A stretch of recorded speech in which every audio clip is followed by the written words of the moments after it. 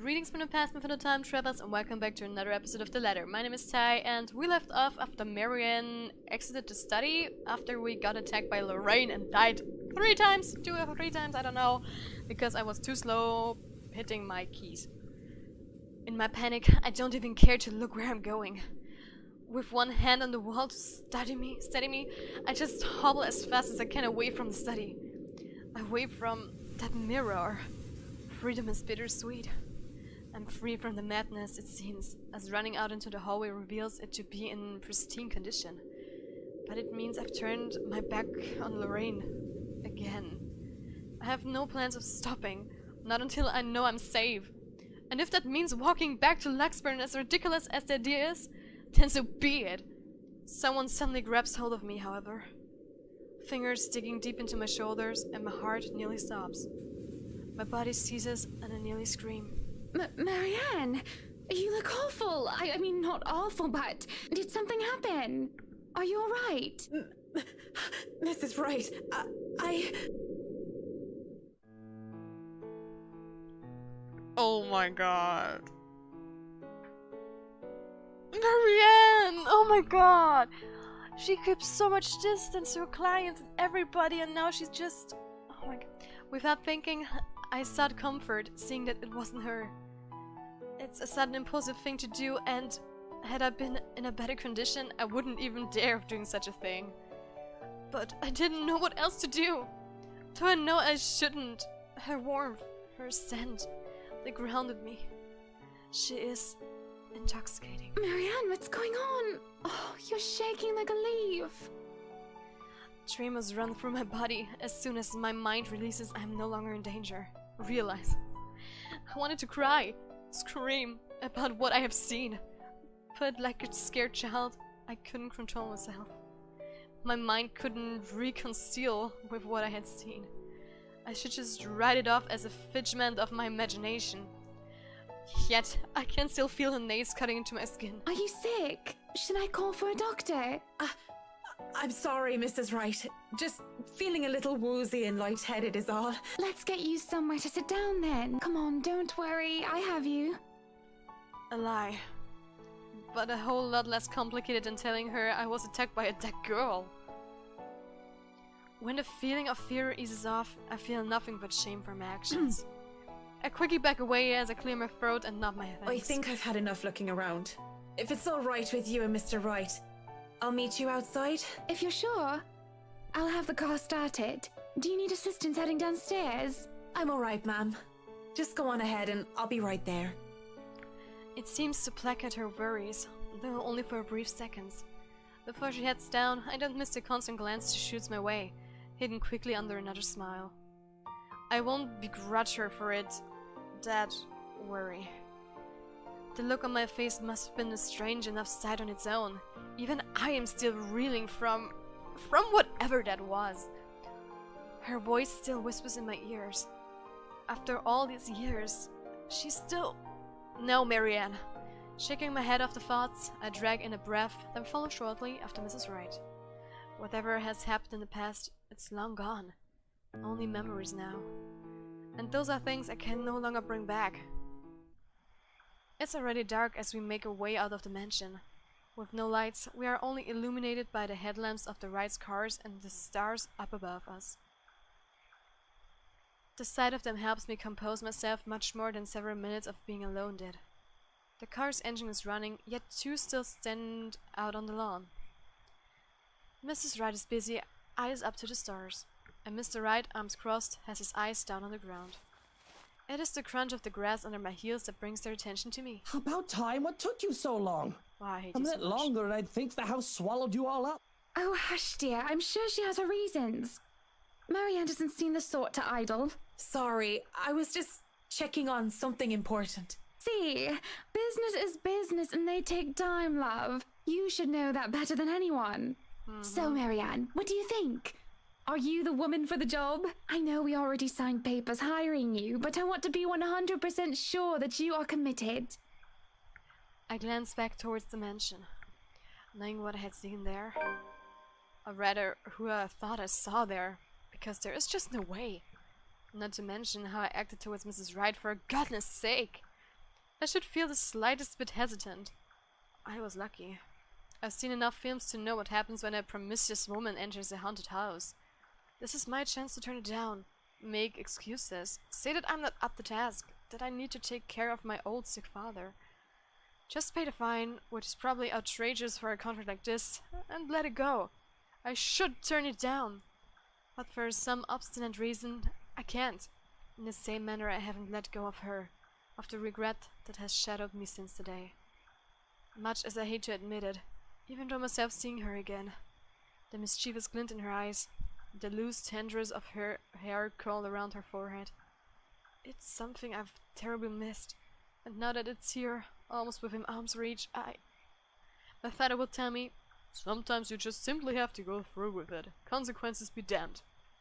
And well, I really don't have any logical reason to say no. At least, not something a client like the Wrights would want to hear from a professional designer. It's certainly an interesting project. You can be sure I'm seeing it through the end. Such dedication! Oh, I do love the determination. You were always determined like that, weren't you? Hearing her voice once again sends a chill running down my back. I can't wait for this day to be over. Journal update. October the 24th. Oh god. Marianne examined the first floor upon arrival at the mansion. After small talk with Hannah Wright, Marianne headed for the study. There she saw a ghost from her past reflected in the mirror. Despite that, she gave her word that she would see through the project until the end. From the mansion and through Anselm, I rode with them in silence. But as soon as we hit the city proper, I asked to be dropped off and bid them goodnight. I thought it'd be best if I didn't stay too long in confined space with either Mrs. or Mr. Wright. Both seemed to cause me serious trouble, and if the project had been any less interesting or grand, I would have dropped it without a second thought. Would have, shouldn't have, won't. I assured them that my place isn't that far off, and I have to fight off the urge to roll my eyes and groan when whiskey throws me a little smirk. Well, yeah. But even in my own home, peace is elusive, as is sleep. I lie awake, thinking of what I saw in that mansion. Of who I saw. If I so much as hear a single whisper from her, if I so much as see a wisp of her hair, I'm afraid I go mad. But none of that happens. And it makes me feel hollow. For 2 nights, I've had trouble sleeping. But it's only one morning, when fatigue has already let me rest, that I'm reminded of what terrifies me so. Okay. In my restless dreams, I see that mirror. The one in the study. And in it, I see her. I see them. What the heck? Oh. Lorraine and Hannah. Hannah and Lorraine. Poor pathetic Marianne. Work, work, work. She'll work herself to death. See, she doesn't listen. That's all she did. Look at what happened to me. They talk among themselves, with cruel smiles and venomous tongues. Or rather, to themselves. 2 heads, 1 body. A horrible mockery of these women, as if they were the one and the same. More's the pity. Life goes on and goes out, and she doesn't even see it. Do you think she'll even realize when she's kicked the bucket herself? When they say a person has a hard time telling when they're in a dream, it was true often enough. Even with this bizarre sight, even with the obvious implication that this isn't real, I can't help but feel distressed. Likely. Is that any way to live at all? She might as well be dead. Cruel fate that she's alive and I'm... well... Though they speak into each other's ears, tones low and hushed, I can still hear them as clear as the day. Their whispers pervade the air, heavy and oppressive. They bury and dig into my head like tiny maggots, worming their way into my skull. It is only then that they take notice of my presence. Ah, don't look at me. Eyes turn towards me, and I can only feel small under their scrutiny. Caricature smiles etch on their face, mimicking each other grotesquely. Oh, Marianne! How long have you been standing there, dearie? Come join us, Marianne. No. We won't bite. No. Unless you ask, that is. Have you been looking at us? Spying? How scandalous. Such a naughty girl. I'm sure you were just waiting for something lewd to happen, weren't you? No. You know she will not admit it. She thinks it wrong. You've said it so yourself. Yes. She thought me wrong, impure, abnormal, because I loved her. My breath hitches, and I open my mouth to protest, but they stop me, screeching. The mirror that holds them cracks lines spittering across its surface. Do not lie! We know the gluttonous thoughts you try to deny, girl. All those desires you bury beneath that sickening guilt. You act the martyr when you turn the bed you lie in into your own hedonistic hell.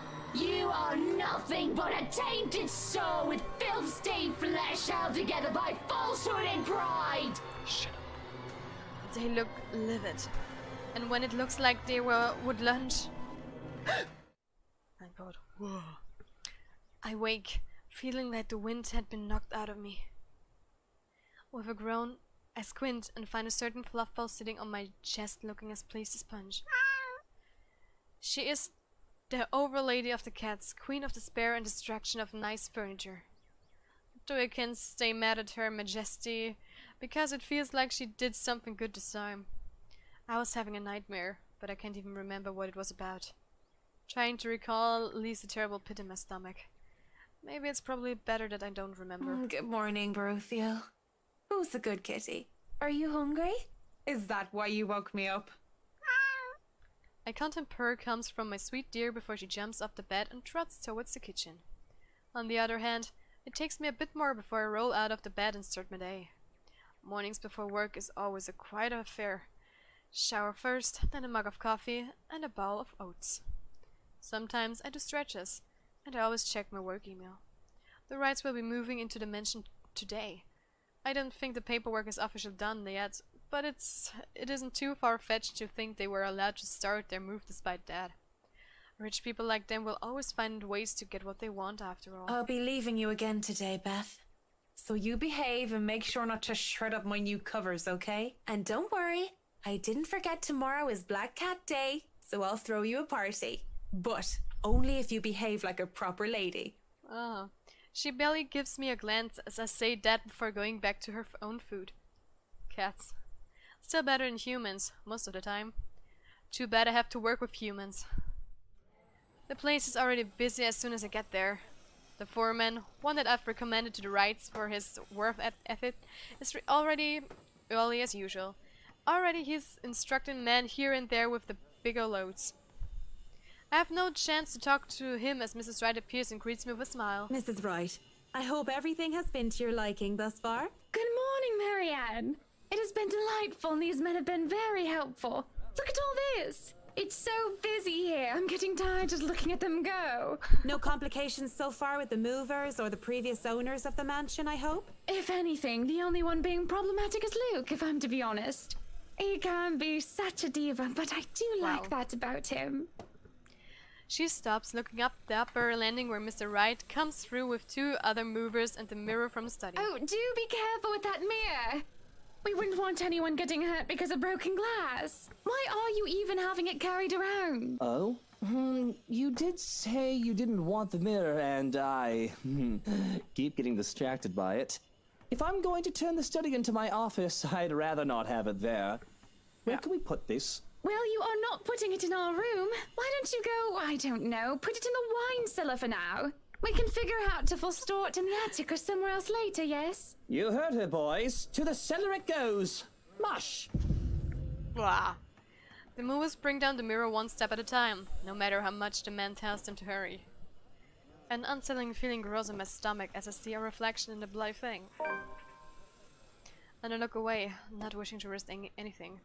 If I see Lauren's image in the mirror now, I wouldn't know what I'd do. I don't have the luxury of privacy right now, and I'm not going to break down in front of all these people. Hoo-ha. Mrs. Wright only shakes her head and laughs at her husband's antics as they take the mirror out of there. He's back at it again soon enough, pointing the man here and there. I'd say he's the man with the plan, but it sort of interferes with the layout and design that we've agreed upon before. I'm about to point it out, but It's better you let him realize his mistakes on his own, rather than tell him of them. That way you do not get blamed for his actions. It is more fun, too, to tell him, how do they say it?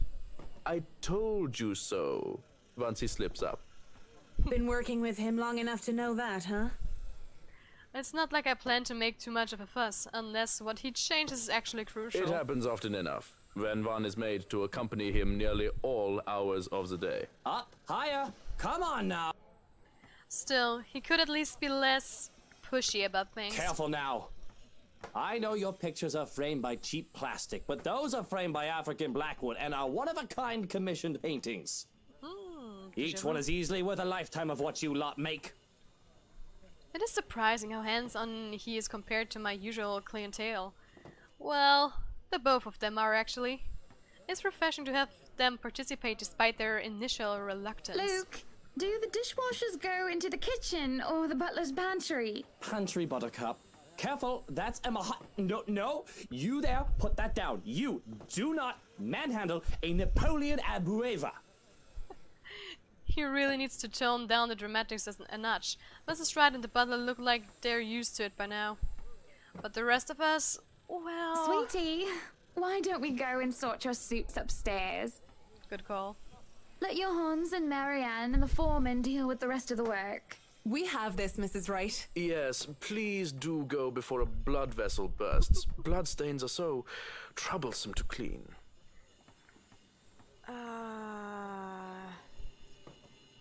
But somehow I feel unsettling because of Johans. Such little details in horror games or other games where you need to figure something out, like Life is Strange with Jefferson. They can be crucial. There is an obvious sense of relief as Master Wright is dragged out of the room, leaving the movers to their work in peace. Some grumbling even comes from some of the younger workers. It's a good thing the family butler isn't some blindly loyal tool to his boss, or there will be trouble with Mr. Wright. He is such a bratwurst. Whiny baby who never got enough hugs from his mutter. Why would he be a bratwurst, please? I mean, it's cute that you call him a sausage, but... well... I never heard this insult in German. Probably lost in translation, and not that I'm condoning talking about someone else behind their back, but I think you meant to call Mr. Wright a horrible brat. Yeah, he did. Well, he is that too. There are a lot of things I can call him, but I mean to say that he is a big weenie. A childish name for a childish person. Like a child, he whines when he doesn't get what he wants, and he breaks the toys that he has. That gets a love from me, as well as a few of the movers who linger near. He and I carry boxes, instructing the movers where they should be and generally taking over Mr. Wright's work. It goes off without a hitch, and the man is helpful, efficient, and capable of physical labor, despite his clean-cut appearance. A gentleman to boot, taking boxes from me when he sees me struggling with them. Speaking of boxes... Hey, one of the boxes for the kitchen is missing. Has anyone seen it? The one with the pots and the knives. The bratwurst had it brought upstairs, thinking it was for the attic. Wow. Why would he... Oh, never mind. I'll go get it. Why even bring a box of pots and knives to the attic? That man is ridiculous. There's probably no point in making sense of what he does if he does them just because he can. At least it turns out that I don't have to make it all the way up the attic. The mover probably on Mr. Wright's orders left the box on the stairs. At least it's not that heavy. I managed to hoist it up without too much effort. But the time it takes for me to do that is long enough for me to overhear an odd conversation I could never in my life imagine coming from a couple like the Wrights. Mom, if you're not careful, I might go a bit loopy and I'll start bringing cats home. And soon enough, one day you'll find yourself going home to a farm just filled with felines that follow you everywhere. Oh, don't bluff. The things would shred up your precious furniture. Besides, you don't even like cats. True. Dogs are infinitely superior, of course. But what about the wet dog smell? The mess. I'm not cleaning up after a mutt, no matter how cute. If you think about it, a cat would be better. For once, I'll have to agree with Whiskey on this one, though I can live with Mrs. Wright being a dog person. But as amusing as this conversation might get, I really shouldn't be caught eavesdropping or slacking off on the job. At most, I should be looking at ways of possible soundproofing certain rooms, perhaps bring it up if they don't realize the lack of it. I'm going to save, and I'm going to move on because we know this conversation. No matter how bizarre that conversation might get, I really must go on. Yeah, I'm maxed out. Cool. Not to mention, just standing here when I have no more reason to loiter just feels wrong. Besides, the magic word here is privacy, and I respect that. Keep it in mind, and I won't have a guilty conscience filled to the brim with the secrets of the rich and famous in my hands. I'd take the stairs 2 steps at a time if I wasn't in danger of getting stabbed by my baggage, and if nobody else was in the foyer. But as Johannes takes the box from me, I only give him a small smile. There is no reason to gossip about the peculiar conversation of his employers. He's probably heard much other things from them, and he doesn't seem to be a cat or dog person either. As soon as I follow him into the kitchen, he raises a hand to stop me. Nein, I know you are a very skilled architect, and I have seen your work. You did. But before you talk, this is this is it for this episode, guys. Thank you so much for watching. Leave a like, subscribe to my channel if you're already subscribed. Click on the notification bell down below so you get notified when I upload my videos. Share us on all your social media, and guys, I will see you in the future or back in the ladder. High five.